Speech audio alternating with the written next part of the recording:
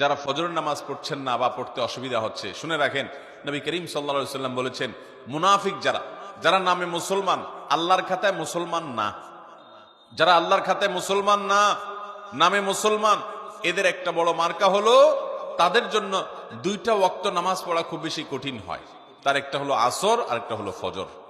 এই দুই ওয়াক্ত নামাজ যদি কারো দ্বারা পড়া সম্ভব না হয়, সে অন্যান্য ওয়াক্ত পড়ে কিন্তু এই দুই ওয়াক্ত পড়তে পারে না, তাহলে সে যেন সাবধান হয়, সে যেন সোজা হয়ে বসে, সে যেন আল্লাহর দিকে দৌড়ায় এবং ঈমানকে নবায়ন করে। কারণ নবী করিম সাল্লাল্লাহু আলাইহি সাল্লাম এটাকে বলেছেন যে এই দুই নামাজটা হলো মুনাফিকদের জন্য সবচেয়ে কঠিন, সবচেয়ে ভারী, এটা পড়তে তাদের সবচেয়ে বেশি অসুবিধা হয়।